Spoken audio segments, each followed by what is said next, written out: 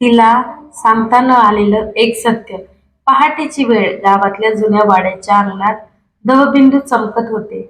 पक्ष्यांचा किलबिलाट आणि पायवाटेवरून उठणारी हलकी धूळ.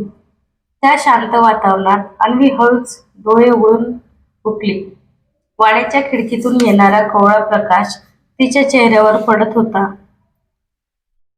तिच्या मनात मात्र अंधार दाटलेला होता. आजचा दिवस तिच्यासाठी सहज नव्हता, कारण आज तिला तो निर्णय घ्यायचा होता, ज्याने तिचं आयुष्य पूर्ण बदलणार होतं. अन्वी आणि आरवचं नातं कॉलेजमध्ये सुरू झालं होतं. दोघं अगदी वेगवेगळ्या स्वभावाचे. आरव हसतमुख, मोकळा, मित्रमंडळात राहणारा. अन्वी शांत, विचार करणारी आणि जरा जास्तच मनाला लावून घेणारी. पण कधी कधी अगदी विरुद्ध स्वभावाच्या दोन माणसांमधूनच सर्वात सुंदर नातं तयार होतं. त्याच्यातही असंच काहीतरी होतं. कॉलेजच्या पहिल्या दिवशी जेव्हा आरवने तिला पहिल्यांदा पाहिलं होतं, तेव्हा त्याचं लक्ष तिच्या डोळ्याकडे गेलं होतं. खोल, शांत, पण काहीतरी सांगायचा प्रयत्न करणारे. हळूहळू भेटी वाढल्या. ग्रंथालयात, अभ्यासाचे बहाणे, कॅन्टीनमधील कॉफी, कॉलेजच्या मागच्या रस्त्यावरील फिरणं. आणि एक दिवस आरवने तिला आपल्या भावना सांगितल्या. अन्वीने काही बोललं नाही, पण तिच्या शांत हास्यानेच उत्तर दिलं, हो. हे नातं 4 सुंदर वर्ष जगलं. दोघांनी स्वप्न पाहिली, एकत्र राहायची, आयुष्य घडवायचं, यश मिळवायचं. पण आयुष्य नेहमी आपल्या प्लॅननुसार चालत असतं असं कुठे असतं? आरवला पुण्यात चांगली नोकरी मिळाली. अन्वी मात्र अजून शिक्षण पूर्ण करत होती. अंतर वाढायला लागलं. गैरसमज निर्माण व्हायला लागले. कधी फोन न उचलणं, कधी तासनतास रिप्लाय न करणे आणि त्यातून निर्माण होणारे भांडण. आरव कामात व्यस्त असायचा. अन्वी बघायची. वाट बघण्यातून तयार व्हायचा आणि रागातून शांतता हरवायची. त्याचं प्रेम तुटत नव्हतं, पण थकायला लागलं होतं. अन्वीला एक मोठं कारण होतं, जे तिने कधीच आरवला सांगितलं नव्हतं. तिच्या घरात तिला मिळणारा दडपणाचा अनुभव, आईच्या आरोग्याची काळजी, शिकत असताना झालेल्या आर्थिक समस्या, या सगळ्यांमुळे ती दिवसेदिवस तुटत चालली होती. तिच्याकडून हे काही बोललं जात नव्हतं, कारण ती आरवला काळजीत टाकू इच्छित नव्हती. त्या काळात ती स्वतःलाच हरवून बसत होती. एक दिवस तिने आरवचा कॉल न उचलला. दुसऱ्या दिवशी मेसेज वाचला, रिप्लाय न करता तिसऱ्या दिवशी तिने सोशल मीडियावरूनही सगळं बंद केलं.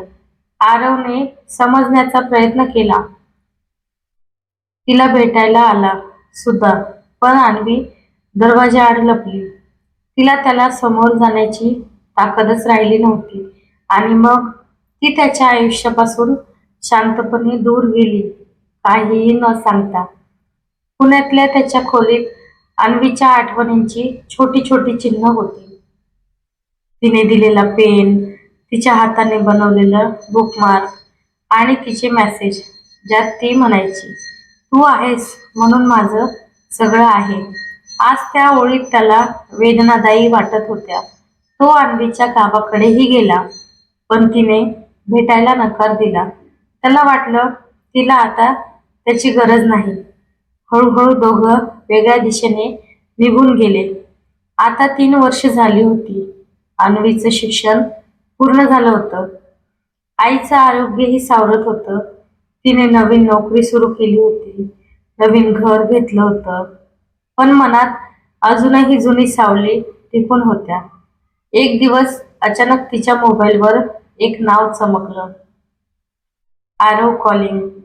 हृदयाचे ठोके वाढले होते. हात थरथरले, पण तिने कॉल उचलला. अन्वी, बोलायचं आहे, शक्य आहे का भेटणं? आरवने शांत आवाजात विचारलं.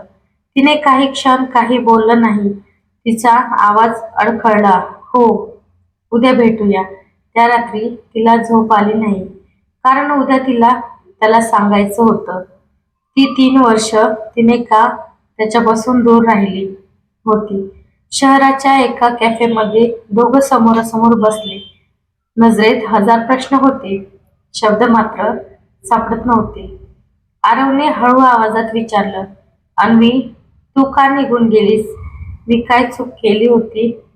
ती डोळे पुसत म्हणाली, तुझी चूक अजिबात नाही. चूक माझी होती. मी तुला सांगितलंच नाही काय चाललं होतं माझ्या आयुष्यात. तिने त्याला सगळं सांगितलं.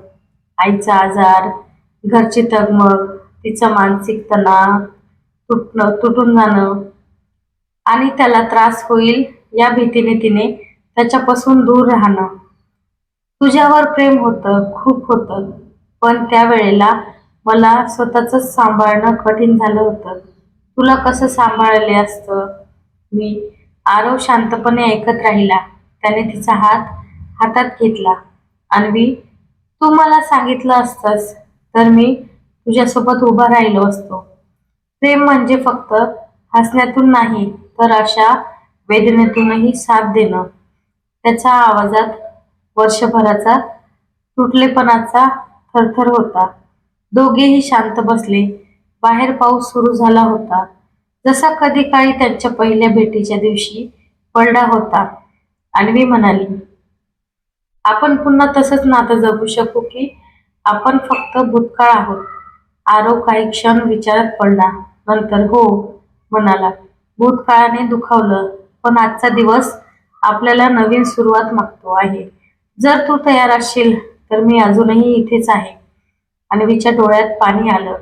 ती म्हणाली, यावेळी मी काहीही लपवणार नाही आणि काहीही एकटीने सहन करणार नाही. दोघांचं हातात हात घट्ट पकडणं हा निर्णय पुरेसा होता. त्या पावसाळी संध्याकाळी जुन्या आठवणींचा भार पुसून दोघांनी एक नवीन आयुष्याला सुरुवात केली. अन्वी आता अधिक मजबूत होती, आरव अधिक समजूतदार. आयुष्याने त्यांना वेगळं केलं होतं, पण प्रेमाने पुन्हा एकत्र आणलं होतं.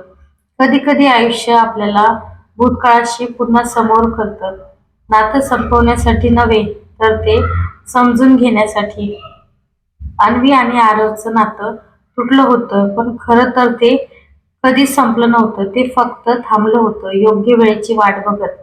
आणि आज तो वेळ आला होता. तर कशी वाटली कथा नक्की कमेंट करून सांगा. आणि व्हिडिओ आवडल्यास लाईक करायला विसरू नका. तर भेटू परत पुढच्या व्हिडिओमध्ये. बाय.